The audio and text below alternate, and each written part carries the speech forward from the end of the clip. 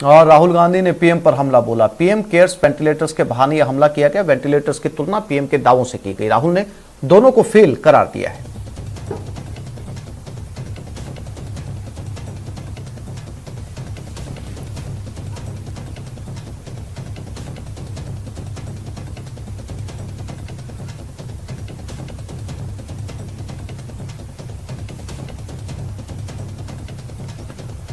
तो PM cares के ventilator और स्वयं पीएम में कई समानताएं हैं। दोनों का हद से ज्यादा झूठा प्रचार, दोनों अपना काम करने में फेल, जरूरत के समय दोनों को ढूंढना मुश्किल। ये राहुल गांधी का ट्वीट है। उन्होंने ट्वीट के जरिए प्रधानमंत्री मोदी पर यह निशाना साधा है।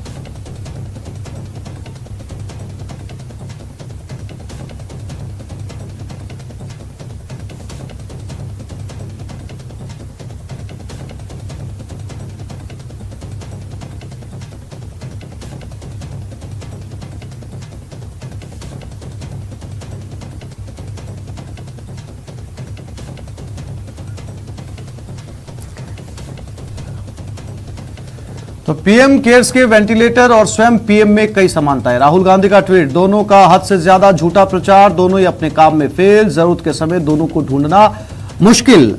ये राहुल गांधी ने ट्वीट के जरिए प्रधानमंत्री नरेंद्र मोदी पर निशाना साधा। हाल ही में वेंटिलेटर्स में आई तमाम तकनीकी खराबियों को लेकर यह ट्वीट किया गया है और वेंटिलेटर की तुलना राहुल गांधी ने प्रधानमंत्री नरेंद्र मोदी से की है। कहा दोनों का हद से ज्यादा झूठा प्रचार किया गया। प्रचार के और दूसरी बात उन्होंने लिखी कि दोनों ही अपना काम करने में फेल साबित हुए हैं और जरूरत के समय प्रधानमंत्री मोदी और वेंटिलेटर को ढूंढना मुश्किल है।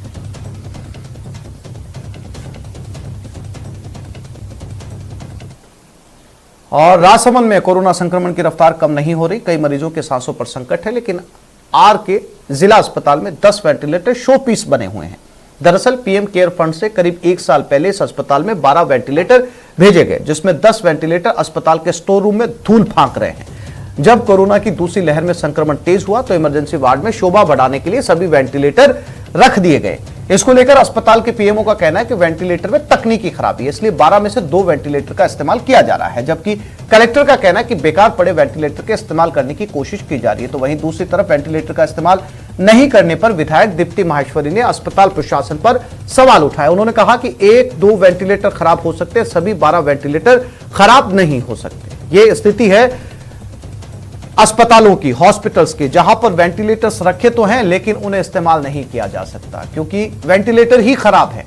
अंदाजा लगाया जा सकता है कि कितने बजट का कितना बड़ा हिस्सा इनके ऊपर खर्च किया गया और वास्तव में जब इनकी जरूरत पड़ी तो ये वेंटिलेटर काम करने के लिए तैयार नहीं है। ये तस्वीरें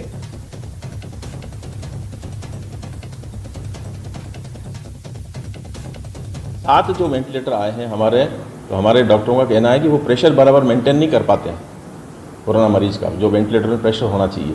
तो वो 7 वेंटिलेटर थोड़े कम काम आ रहे हैं, हल्के मरीज में कभी कभी लगा भी देते हैं। और दूसरा जो जनरल एक आईसीयू और है जहाँ हार्ट अटैक या दूसरे मरीज होते हैं, उनको भी कभी कभी स्नेक बाइट आ गया, उनको भी कभी कभी वेंटिलेटर की जरूरत है, तो 2-3 वेंटिलेटर उधर भी काम आ रहे हैं। उसके कुछ एसेसरीज का थोड़ा इशू आ रहा है। आज हम बैठे हैं तो कोशिश कर रहे हैं कि कैसे उन वेंटिलेटर्स को हम चलाएं। उसके बारे में हमारे जो एक्सपर्ट है उनसे आज बातचीत चल रही है। गंदी राजनीति कौन कर रहा है ये हमें सबको समझ आ रहा है। एक वेंटिलेटर खराब हो सकता है, 12 के 12 वेंटिलेटर नहीं खराब हो सकते हैं, किसी भी मैन्युफैक्चरिंग डिफेक्ट। और यही वेंटिलेटर्स भरतपुर में आया है, सबने देखा है कि प्राइवेट हॉस्पिटल को वो देकर और आराम से चला रहे हैं वो वेंटिलेटर, पर हमारे यहाँ पर मना कर दिया कि नहीं भैया ये वेंटिलेटर खराब है। आपने खोल के देखा, आपने देखा कि उसमें वो लगाकर भी देखा, कोशिश करी कि हमारे इसमें क्या परेशानी, अगर ट्रेनिंग लेनी है उसको यूज करने की, कोई अलग कंपनी का है तो उस हिसाब से हम ट्रेनिंग ले सकते हैं। अस्पतालों में जिस वक्त सबसे ज़्यादा ज़रूरत मरीजों को वेंटिलेटर की हो रही है, ऐसे में खराब पड़े वेंटिलेटर को देखकर तो यही महसूस होता है कि वेंटिलेटर में तकनीकी खामी से ज़्यादा लोगों की इच्छा शक्ति की कमी है, जिससे निजी अस्पताल जहां इनसे इलाज कराकर मरीजों को लाभान्वित कर रहे हैं तो वहीं सरकारी अस्पतालों में मरीज इनकी बाट जो रहे हैं। राजसमंद न्यूज 18 राजस्थान के लिए अलकेश सनाड्य।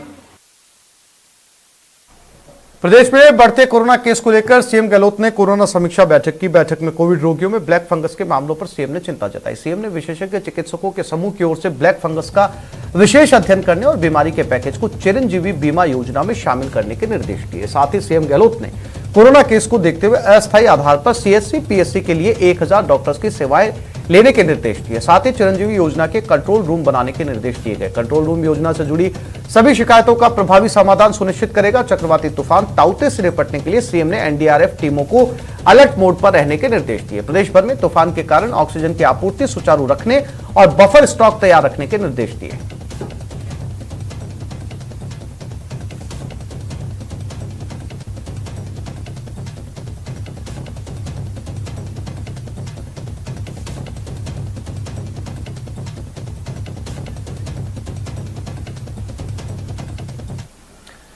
सख्ती से भी कम हो रहा है कोरोना संक्रमण। 3 दिन में हल्की रफ्तार घटी है। 24 घंटे में 10,290 केस सामने आए, 156 की मौत हुई। 24 घंटे में 24,440 लोग ठीक भी हुए।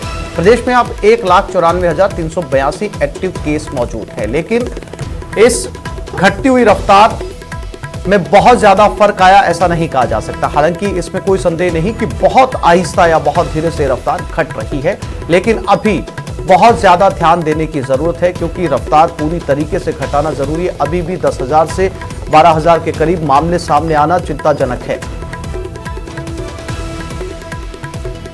और पिछले 5 दिनों के हालात पर नजर डालें तो 12 मई को 16,384 केस, 164 की मौत। 13 मई को 15,857 केस, 159 की मौत। और 14 मई को 14,289 केस, 155 की मौत। 15 मई को 13,565 केस, 149 की मौत। 16 मई को 10,290 केस, 156 की मौत हुई।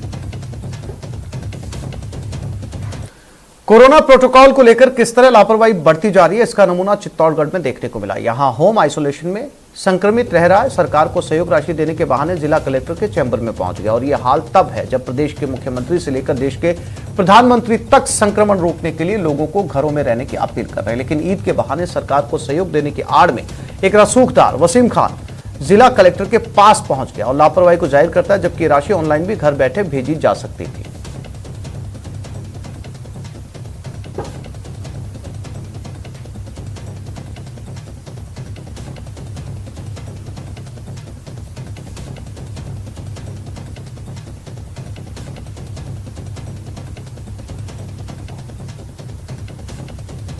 ईद का ये पावन मौका, ईद हमारे लिए सबसे बड़ी खुशी का दिन होता है और इस महीने में हम ज़कात भी निकालते हैं, खैरात भी निकालते हैं। और खुशी इस बार हो नहीं पा रही क्योंकि सारे लोग करीब करीब बीमार हैं, तो ईद घरों में मनाई गई। तो मेरे और मेरे बच्चों के, मेरी वाइफ के मन में आया है कि भाई हम ईद को इस तरीके से मनाएं कि ज़िंदगी भर ईद हमें याद रह सके। तो मेरे बच्चों के गुल्लक का पैसा, कुछ पैसा उनका था और कुछ मैंने पैसा मिलाते हुए, मेरी वाइफ ने पैसा मिलाते, हमने 1 लाख रुपया आज कलेक्टर साहब को इसी चीज़ के लिए दिया है कि ऐसे गरीब बच्चे या गरीब बीमार जो प्राइवेट या सरकारी हॉस्पिटल में एडमिट तो हो जाते हैं पर उनको ऑक्सीजन या इंजेक्शन वगैरह टैबलेट नहीं खरीद पाते हैं और उससे उनको बड़ी दिक्कत होती है। तो मैंने कलेक्टर साहब से निवेदन किया कि साहब ये पैसा उन गरीब लोगों के लिए खर्च किया जाए, वो दवाई की वजह से उनको जनहानि नहीं उठानी पड़े। ही कोरोना गाइडलाइन की पालना की बात कही जा रही हो, नियमों में सख्ती की जा रही हो, सरकार लगातार गंभीर हो, लेकिन जिस तरह की लापरवाही चित्तौड़गढ़ में सामने आई है, 2 तारीख को पॉजिटिव रिपोर्ट आने के बाद संक्रमित व्यक्ति का चित्तौड़गढ़ जिला कलेक्टर के पास एक चेक देने के लिए पहुंच जाना कहीं न कहीं गंभीर लापरवाही को दर्शाता है। यह प्रशंसा की भूख कही जाए अथवा राजनीतिक रसूखों का दुरुपयोग, लेकिन एक संक्रमित व्यक्ति सीधे तौर पर जिला कलेक्टर के कार्यालय तक पहुंच जाता है और जिसकी जानकारी मेडिकल विभाग और प्रशासनिक अधिकारियों को नहीं होना साफ तौर पर लापरवाही को दर्शाता है। इस मामले में जिले के मेडिकल विभाग के अधिकारी कुछ भी बोलने को तैयार नहीं है, लेकिन मामले में साफ हो गया है कि यह बड़ी गंभीर लापरवाही बरती गई है और ऐसे न जाने और कितने मामले होंगे। भले ही ग्रामीण क्षेत्रों में चालान बनाए जा रहे हो, लोगों से जुर्माना वसूल किया जा रहा हो, लेकिन रसूखदार अब भी अपनी मनमानी पर कायम है। ऐसे में अब देखने वाली बात होगी कि मामला सामने आने के बाद जिला प्रशासन किस प्रकार की कार्रवाई करता है और क्या कार्रवाई अमल में लाई जाती है। सुभाष बैरागी, न्यूज 18 राजस्थान के लिए चित्तौड़गढ़ से। लॉकडाउन के 8वें दिन भी गंगानगर सब्जी मंडी में लापरवाही बदस्तूर जारी है। धान मंडी स्थित सब्जी मंडी में आधे अधूरे तरीके से मास्क लगाकर लोग सब्जी खरीदने पहुंच रहे हैं और सोशल डिस्टेंसिंग की जमकर धज्जियां उड़ाई जा रही है। हमारे संवाददाता अशोक शर्मा ने जायजा लिया। वैश्विक महामारी कोरोना वायरस के संक्रमण की रोकथाम के लिए प्रदेश में चल रहे लॉकडाउन का आज 7वां दिन है। साथ ही वीकेंड कर्फ्यू का दूसरा दिन रविवार भी है। यदि हम बात करें श्री गंगानगर जिला मुख्यालय की, तो श्री गंगानगर जिला मुख्यालय पर आज वीकेंड कर्फ्यू का साफ साफ असर देखा जा रहा है। अभी इस समय हम श्री गंगानगर के मेन बाजार में मौजूद है। यदि माँ का नजारा दिखाए तो पूरा बाजार लगभग पूरी तरह से बंद है और बाजार की मुख्य सड़कें पूरी तरह से सुनसान पड़ी है।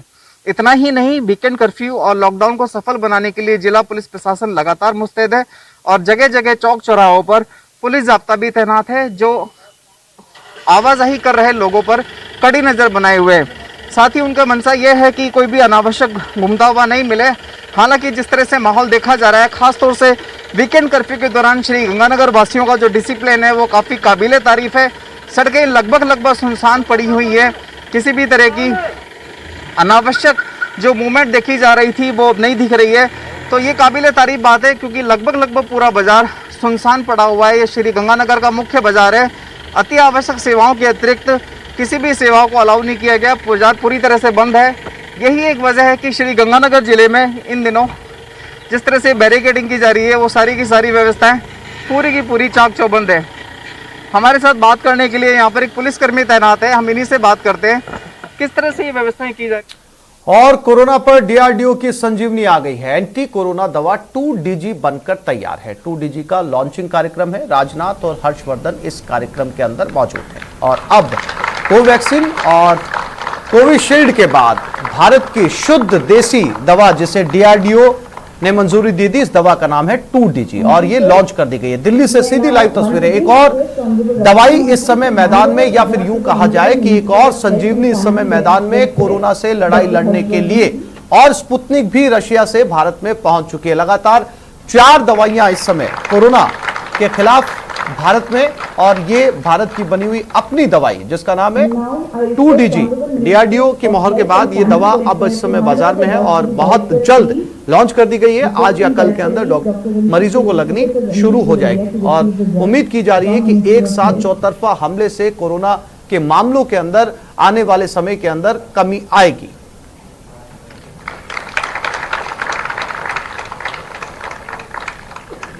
May I once again request Honorable Minister of Health and Family Welfare to hand over the drugs to DG SMS. He was not able to come due to some personal exigencies. Lieutenant General.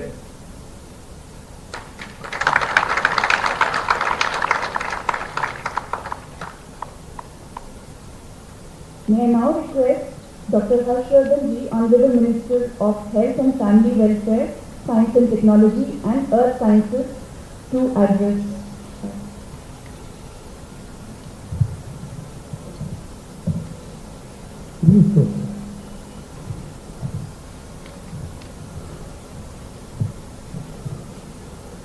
परम आदरणीय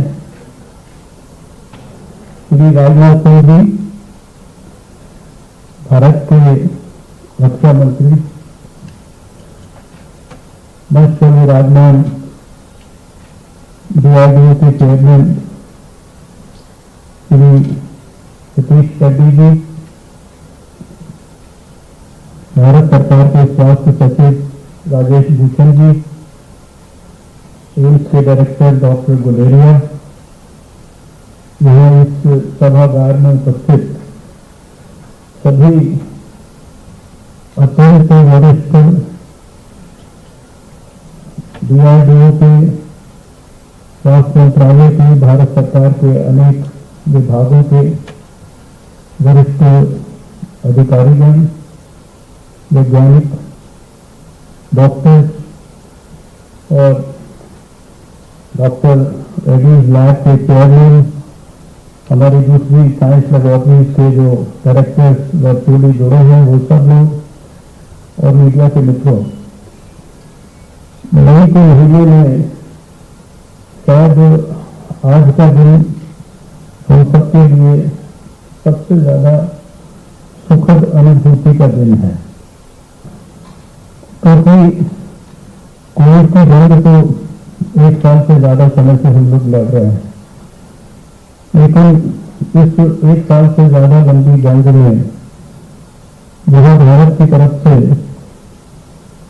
वैज्ञानिकों के माध्यम से vaccine को develop भी किया गया, वैक्सीन को देश के लिए उपलब्ध भी कराया गया, लेकिन शायद भारत के वैज्ञानिकों के द्वारा DRDO के सहयोग से, हमारे आदरणीय राजनाथ सिंह जी के नेतृत्व में, ये शायद हमारी पहली इंडिजिनस रिसर्च के आउटकम के तहत दवा है जो सीधे सीधे कोविड के वायरस के प्रकोप को पूरे वैज्ञानिक दृष्टिकोण से कम करने का पूरा पोटेंशियल रखती है। दूसरी बात कि शायद मई के महीने में ये लगातार, वैसे तो पिछले सप्ताह में लगातार हमने देखा कि हम लोगों के जो भारत में केसेस रिकवर हो रहे थे उनकी संख्या जो नए केसेस आ रहे थे उनसे ज्यादा थी।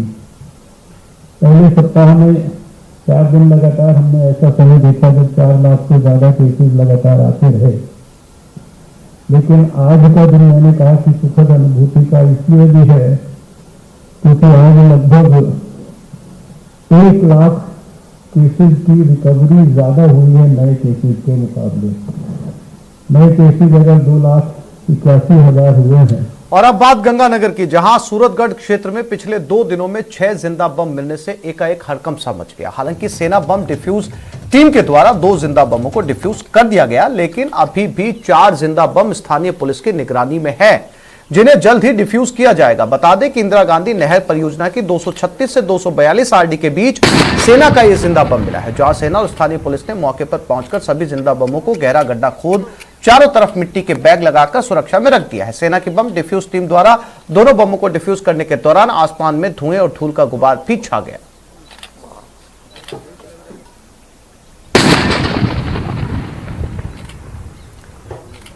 तो बमों को नष्ट किया गया। गंगानगर में ये बम मिले और सेना के दस्ते ने इन बमों को यहां पर नष्ट कर दिया। हालांकि नष्ट किया गया उस समय आसपास में मिट्टी और धूल का गुबार भी यहां पर देखा गया।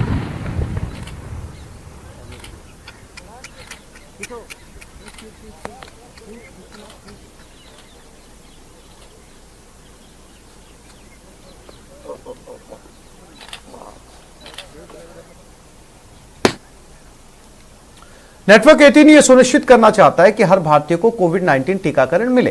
टीकाकरण जागरूकता बढ़ाने के लिए नेटवर्क 18 और फेडरल बैंक की पहल संजीवनी शॉट ऑफ लाइफ को सपोर्ट करें। Health expert Apollo 24/7।